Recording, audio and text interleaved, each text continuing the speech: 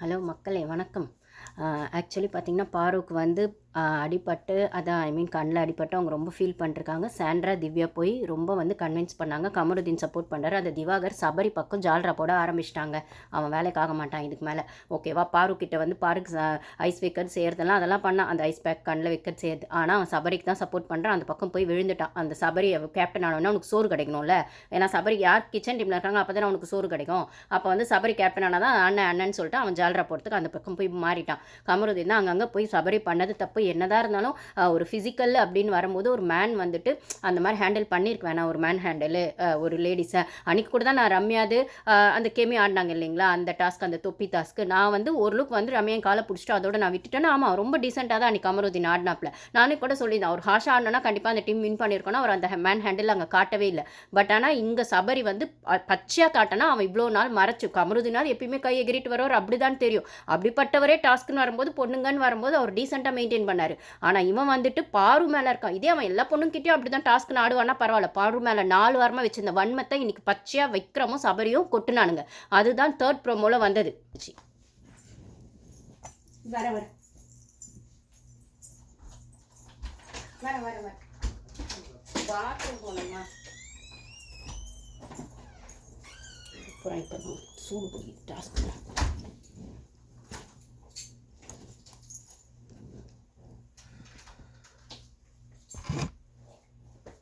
வெளிலேருந்து அந்த wild card entry இப்போ தான் கண்டுபிடிச்சிருக்கு. குரூப்பிசம், கனி குரூப்பிசம். ஏன்டா நீங்கள் இவ்வளோ புத்திசாலியாக இப்போ வெளில என்னத்தடா பார்த்துட்டு வந்தீங்கன்னு. அதுக்கு தானடா உங்களுக்கு டைம் கொடுக்குது. வெளில பார்த்துட்டு வந்தேன் உள்ளே வந்து குரூப் இப்போ பாரு அழுதுட்டு அது கண்ணில் பண்ண அடிப்பட்ட அப்புறம் தான் அது உட்காந்து சொல்லி இதைத்தாக்கா நான் அந்த சாண்ட்ராய்ட்டை சொல்ல புருஷன் கொண்டாடிக்கிட்டேன். இதைத்தான் நான் 4 வாரமாக சொல்கிறேன். எனக்கு இப்படி தான் அட்டாக் பண்ணுவானுங்க, என்ன 4 வாரமாக இதான் பண்ணிருக்கானுங்கன்னும் போது தான் இதுங்க யோசிக்குதுங்க. ஆமாம் கரெக்டு தான். 6 ஓட்டு இருக்குது அந்த குரூப்பில். அதுக்கு குரூப்பாக சேர்ந்து அடித்தா ஓட்டிங் போய் நிற்கிறாங்க. முதல்ல இந்த குரூப்பிசம் உடைக்கணும் செய்யணும். டே அதுக்கு ஏன்டா நீங்கள் வெளில என்னத்தடா பார்த்துட்டு வந்தீங்கன்னு.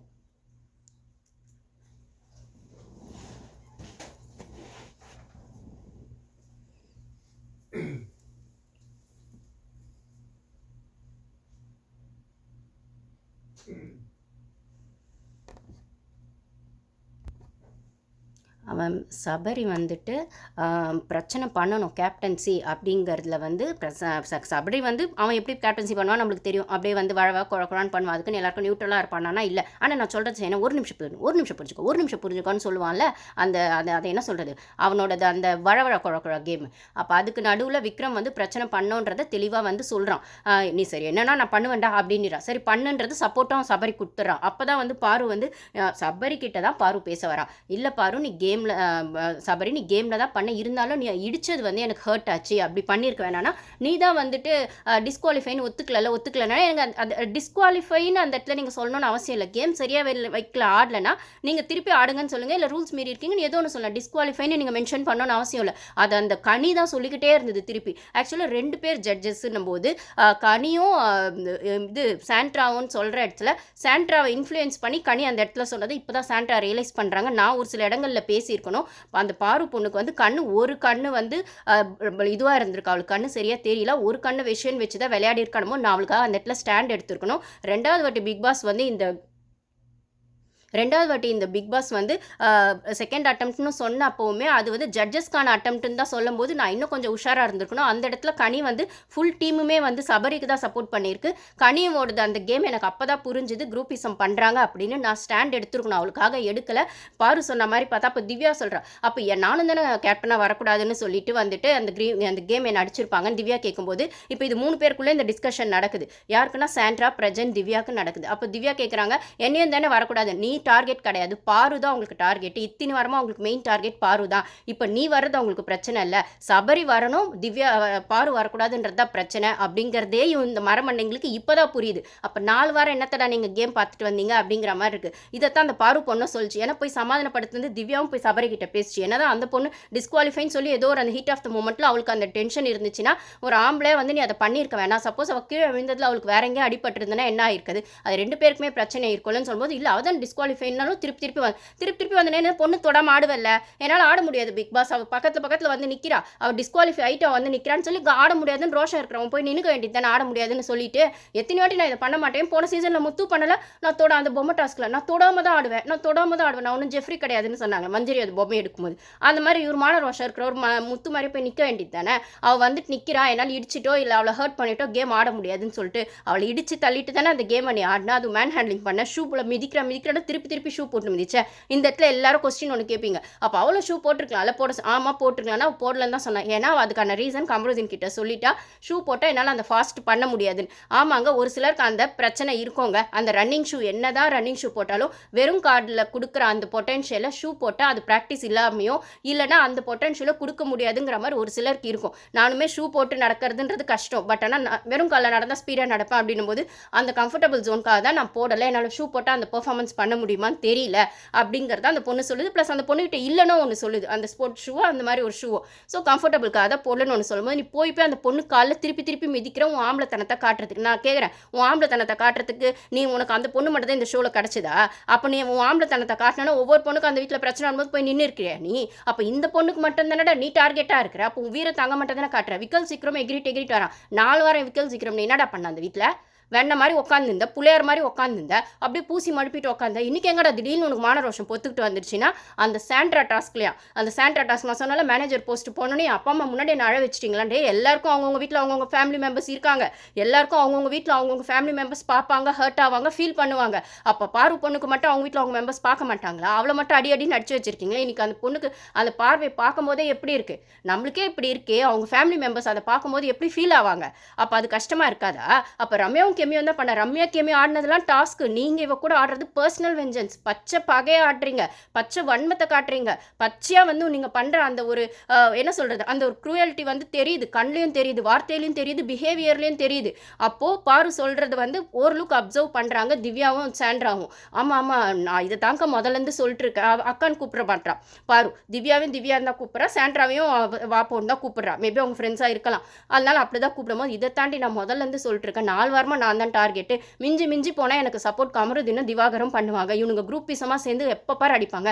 இதில் வந்து சபரி வரணும், நான் வரக்கூடாதுன்றது அவங்க விஷயம் அப்படின்னு சொல்லும்போது சாண்ட்ராவும் சொல்லுது, நான் இன்னைக்கு பார்த்தேன் சபரி முகம், நானுமே பார்த்தேன் அப்படின்னும் போது நானும் சபரி தானே பேசுகிறேன், எதுக்கு அந்த விக்கல் சீக்கிரம் எகிரிட்டு வரேன், இப்போ இத்தனை வாரமாக அப்படி தானே கம்முன்னு இருந்தா, திடீர்னு என்ன அவனுக்கு ரோஷம் வருது அப்படிங்கிற மாதிரி பார்வும் சொன்னோடனே பார்த்து ஒத்துக்கிறாங்க, அப்சர்வ் பண்ணுறாங்க சாண்ட்ராவும் திவ்யாவும்.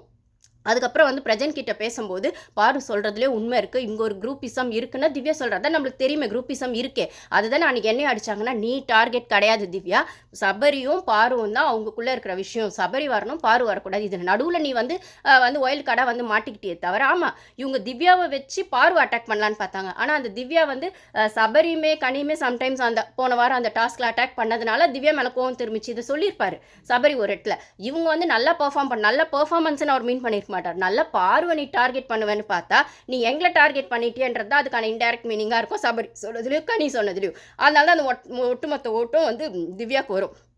நம்ம வீடியோவில் கூட போட்டிருப்போம், திவ்யாமா இப்போ புரியுதா அந்த வந்து 7-8 ஓட்டிங் மெஜாரிட்டி ஓட்டு இருக்கிறதுன்னு நம்ம கூட வீடியோஸில் போட்டிருப்போம். ஸோ இப்போ தான் அது சாண்ட்ராக்கோ பிரஜனுக்கோ வந்து மண்டைக்குள்ளே ஏறுது. அப்போ நீங்கள் என்னத்தை தான் ஷோ பார்த்துட்டு வந்தீங்களோ அப்படி அவங்க நைட்டில் 4 நாளாக பேசுறதை பார்த்துருந்தா கூட ஷோ புரிஞ்சிருக்கும். அப்போ வந்துட்டு அது இப்போ தான் புரியுதான்ற மாதிரி இருந்துச்சு. ஆனால் ஒரு வழியாக புரிஞ்சுக்கிட்டாங்க. புரிஞ்சுட்டு சாண்ட்ரா சொல்கிறாங்க இப்போ இந்த குரூப்பிசமாக நம்ம உடைக்கணும். அப்போ யார் குரூப்பிசம்னா அதை நான் பாருக்கிட்ட கேட்டேன். கனி, சபரி, எஃப்ஜே, ரம்யா, விக்கல்ஸ் விக்ரம், அப்புறம் சுபிக்ஷான்னு சொல்லு. சுபிக்ஷா வந்து அது வந்து என்ன சொல்கிறது, அது தில்லாலங்கடிங்க, அது கேடி தில்லாலங்கடி. அது இந்த பக்கம் வேணா இந்த பக்கம் சேரும், அந்த பக்கம் வேணா அந்த பக்கம் சேரும், கேடி தில்லாலங்கடி. அதனால் அது அந்த லிஸ்ட்டில் சேர்க்க முடியாது. அப்போ அரோராவையும் சேர்க்க முடியாது. அப்போ வந்து திவ்யா ஒரு இடத்துல சொல்கிறாங்க அரோராவும் சுபிக்ஷாவும் நேற்று பாத்ரூம் கிட்ட உட்காந்து கீழே உட்காந்து பேசிகிட்டு இருந்தாங்க அப்படின்னு. அப்போ வினோத்தும் வியானா வினோத் வியானா நியூட்ரல், அவங்கள சேர்க்க முடியாது அப்படின்றாங்க. அப்போ எப்படி பார்த்தா கெமி இன்னைக்கு நியூட்ரலாக பேசின மாதிரி இருக்குது அவங்க பார்வைக்கு, எனக்கும் அப்படி தோணுச்சு. ஆனால் ஓவரால் பார்த்தா 80% அதான். எப்போயாவது தேவைப்பட்டால் அந்த மாதிரி நல்லவங்க லைக்குவாங்க, அவ்வளோதான் விஷயம். அப்போ எப்படி பார்த்தாலும் 6 ஓட்டு வருதுன்னா நாளைக்கு இந்த ஓட்டிங் விஷயம் நம்மளுக்கும் வரும். இன்றைக்கி பாருக்கு நடக்கிறது தான் நாளைக்கு நம்மளுக்கும் வரும். ஸோ அந்த விஷயத்தில் வந்து நம்ம உஷாராக இருக்கணும். நம்ம இப்போ அப்போ என்ன தான் பண்ணுறதுனா நாமினேஷனில் போட்டு விடுவோம், இதுங்கெல்லாம் உள்ளே இருக்க வேணாம், நாமினேஷனில் ஒன்றா போட்டு விடுவோம் அப்படிங்கிற மாதிரி சொல்லும்போது அப்போ நாமினேஷன் போனால் அடுத்த வாரம் போடலாம் அப்படின்றார் பிரஜன். ஒரு வாரம் அனலைஸ் பண்ணிட்டு அதுக்குள்ளே நம்மளை உள்ளே போட்டுருவாங்க. அதனால் வேலைக்காவது இப்போ ஒரு 1/2 மணி நேரம் உட்காந்து யோசிப்போம் நம்ம எடுக்கிற டிசிஷன் சரியா இல்லையான்னு. அது மட்டும் இல்லாமல் இப்போ நம்ம பாரு கூட சேர்ந்துக்கலாம், நம்ம மட்டும் தனியாக 3 3 பேர் அடிக்க முடியாது. அதே அந்த சைடுனா பாரு, திவாகர், கமருதீன், அதுக்கப்புறம் வந்து நம்ம 3 பேர் சேர்ந்தா அப்புறம் அரோராவையோ இல்லை சுபிக்ஷ இது வியானாவையோ யாரோ சேர்த்துக்கிட்டா 7 ஆகிடும். அதே மாதிரி ஓட்டிங்கில் நம்மளும் அடிக்கணும். அவனுங்க எப்பயுமே மெஜாரிட்டி ஓட்டிங் வச்சு தான் அடிச்சிருக்காங்க. இவ்வளோ நாள் அதான் போகுது. இப்போ அந்த குரூப்பிசம் உடைக்க முடியலையோ, ஆனால் நம்மளுமே ஸ்ட்ராங் ஓட்டிங்க்கு குரூப் சேரணும்னு இப்போ தான் இதுங்களுக்கு புத்தி வந்திருக்கு, யோசிக்க ஆரம்பிச்சிருக்காங்க. நான் கூட சாண்ட்ராவை என்னவோன்னு நினச்சேன். அதாவது இவங்க வந்து வெளில கேம் பார்த்துட்டு வந்து இது மாதிரி பண்ணுறாங்களேன்றது தான் எனக்கு இருந்தது. வெளில இதுங்க கேமே ஒழுங்காக பார்க்கலன்றதை இதுங்க இப்போ பேசும்போது தான் புரியுது. இல்லைனா இது முன்னாடியே தெரிஞ்சிருக்குமே, இதைத்தானமா அந்த பாரு பொண்ணு புலம்பிக்கிட்டே இருக்குது நைட்டும் பகலும் அப்படிங்கிற மாதிரி இருந்தது. அட்லீஸ்ட் இப்போயாச்சும் புரிஞ்சுக்கிட்டீங்களே அப்படிங்கிற மாதிரி இருந்துச்சு. அப்புறம் இந்த அரோரா அது உட்காந்து துஷார் வெளில போயிட்டான்னு அழுதுகிட்டே உட்காந்துருக்கு. தயவுசெய்து அதை நேற்று கேட்கும் போதே அனுப்பிச்சிருக்கலாம் சேது சார், கதவு திறந்து விட்டுட்டு போமா வெளியில் அப்படின்னு அனுப்பிச்சிருந்தா அப்பயே கிளம்பியிருக்கும். காலிலேருந்து அழுது அவள் பாருவையும் டென்ஷன் படுத்தி அப்புறம் விக்ரம் கிட்ட பேசி அவன் அங்கே தான் பாய்சன் பாருன்னு அவன் வன்மத்தை அங்கேயும் போய் கொட்டி எல்லாம் பண்ணி இது வந்து இப்போ வந்து கன்ஃபெஷன் ரூமில் உட்காந்துட்டு இருக்கு. அது ஒரு தேவையில்லாத கண்டஸ்டன்ட் பேச விஜய் நந்தினி மாதிரி அதை அனுப்பிச்சி விட்ருக்கலாம். அப்படி இருக்கிற பட்சத்தில் இதுக்கு இவளை அனுப்பிச்சி விட்டு துஷாரையாவது உள்ளே விட்டுருக்கலாம். அப்போது இப்போ தான் இதுங்களுக்கு புத்தி வந்திருக்கு, என்ன மாதிரி கேம் போகும்னு தெரில. இப்போ தான் கொஞ்சம் இந்த கேமோட பெர்ஸ்பெக்டிவும் இங்கே குரூப்பிசம் இதை தான் அவன் பிரச்சனை எங்கேயோ சொல்லுவான். பிரியங்கா கிட்டே யார்கிட்டே அவன் பிரச்சனை எகிரிட்டு இருந்தாலும் எகிரிட்னா நீங்கள் வெளியில் கனியை வந்து வெளில பார்க்கும்போது தப்பாக தெரிஞ்சது. நீங்கள் எந்த பெர்ஸ்பெக்டிவில் பார்த்தீங்க? உள்ளே வந்தப்பறம் அவங்க நல்லவங்களா தெரியுறாங்கன்னு எப்படி நீங்கள் தீபக் கிட்ட சொன்னீங்கன்னு எனக்கு புரியல. இப்போ உங்கள் பொண்டாட்டிக்கு புரிஞ்சது கூட உங்களுக்கு புரியலையா சார்? மூளை இல்லாத சார் எகிரிட்டு வந்தீங்களே அப்படிங்கிற மாதிரி தான் இருக்குது. மொத்தம் இதுங்க எதுவுமே கேமை ஒழுங்காக பார்க்கல. அங்கங்கே கிளிப்பிங்ஸை பார்த்துட்டோ இல்லை டீம் சொன்னதை மட்டும் வச்சுக்கிட்டோ இல்லைனா 1 எபிசோடோ பார்த்துட்டு வந்திருக்குங்க. ஃபுல் எபிசோட் பார்த்துருந்தாலோ இல்லை நைட்டில் நடக்கிற விஷயங்கள் மட்டும் பார்த்துருந்தாலோ இதுங்க காசிப் பேசுறது பார்த்துருந்தாலோ புரிஞ்சிருக்கும். அட்லீஸ்ட் இப்போயாவது பாருக்கு இந்த அடிபட்டு அவள் புலம்பி அவள் வாயிலேருந்து வார்த்தையை வாங்கி அவள் சொல்கிறதுல உண்மை இருக்குமோன்னு காலையில் அந்த சபரி ஒரு விதத்தில் பாருக்கு அடிப்பட்டது நல்லது. என்னப்பா இப்படி சொல்கிறீங்கன்னா, ஆமாங்க இது பாருவும் சொன்னாங்க, சாண்ட்ரா எல்லாமே சொல்கிறாங்க. இன்றைக்கி அவளுக்கு அடிப்பட்டதுனால சபரியாவை எக்ஸ்போஸ் பண்ண முடிஞ்சுது. விக்ரம் போயிஷி வெளில வந்தது. கனி வந்து குரூப்பிசம் பண்ணுறாங்கன்னு சாண்ட்ராக்கு புரிஞ்சுது. தானும் ஒரு ஜட்ஜாக அங்கேருந்து ஸ்டாண்ட் எடுக்க வேண்டிய இடத்துல எடுத்துருக்கணும். ஏன் எடுக்கலன்னா கனி இன்ஃப்ளூயன்ஸ் இருக்குது. ஏன்னா 2 மினிட்ல சாண்ட்ரா இது இப்படி சொல்லலாம் அப்படி சொல்லலாம், இல்லை அப்படியே விடுங்க. சபரி டிஸ்குவாலிஃபைனோ சபரி ரூல்ஸை மீறிட்டானோ, ரூல்ஸை மீறினா நீங்களும் டிஸ்குவாலிஃபை. ஒரு இடத்துல கூட சபரியை அவங்க சொல்லவே இல்லை, பொதுவாக சொல்லுவோம். இதைத்தான் பாரு சொல்லுவாங்க. நீங்கள் சபரியை சொல்லவே மாட்டீங்க, சபரியை சொல்ல வேண்டியது தானே, சபரியை சொல்ல வாயில் சபரின்னு வரவே வராதா அப்படின்னு சொல்லி பாரு அங்கேயும் கேட்பா. இப்போ இதெல்லாம் உட்காந்து சாண்ட்ரா யோசிக்கும் போது தான் ஆமாம் நான் சரியாக யோசிச்சிருக்கணும், எனக்கு அந்த இடத்துல நான் இன்ஃப்ளூயன்ஸ் ஆகிட்டேன், என்னால் முடியல, இனிமேல் நான் டீப்பாக யோசிச்சுட்டு நம்ம இந்த நாமினேஷன் ப்ராசஸ் இப்போ கையில் எடுக்கணும். இதுங்களுக்கு இப்போ தான் புத்தி வந்திருக்கு. அட்லீஸ்ட் இப்போ ஓப்பனாகவே பேசுகிறாங்க, பாரு கூட சேர்ந்தாதான் நம்ம இந்த குரூப் அட்டாக் பண்ண முடியும், இந்த கேங்கை உடைக்க முடியும், இல்லைனா ஓட்டிங் போட்டு இன்னைக்கு பாருக்கு நடந்ததா நாளைக்கு உனக்கும் திவ்யா எனக்கும் அப்படின்னு சொல்லி புருஷன் பொண்டாட்டியும் திவ்யாவும் பேசுகிறாங்க. எப்படி போகும்னு தெரில. இது 1 hourல எது வரும் வராதுன்னு தெரியல. ஆனால் லைவ்ல இதுதான் நடந்துச்சு கைஸ். இதுக்கு மேலேயாவது இதுங்க புரிஞ்சு புத்திசாலித்தனமாக ஆடுனா ஓகே தான்.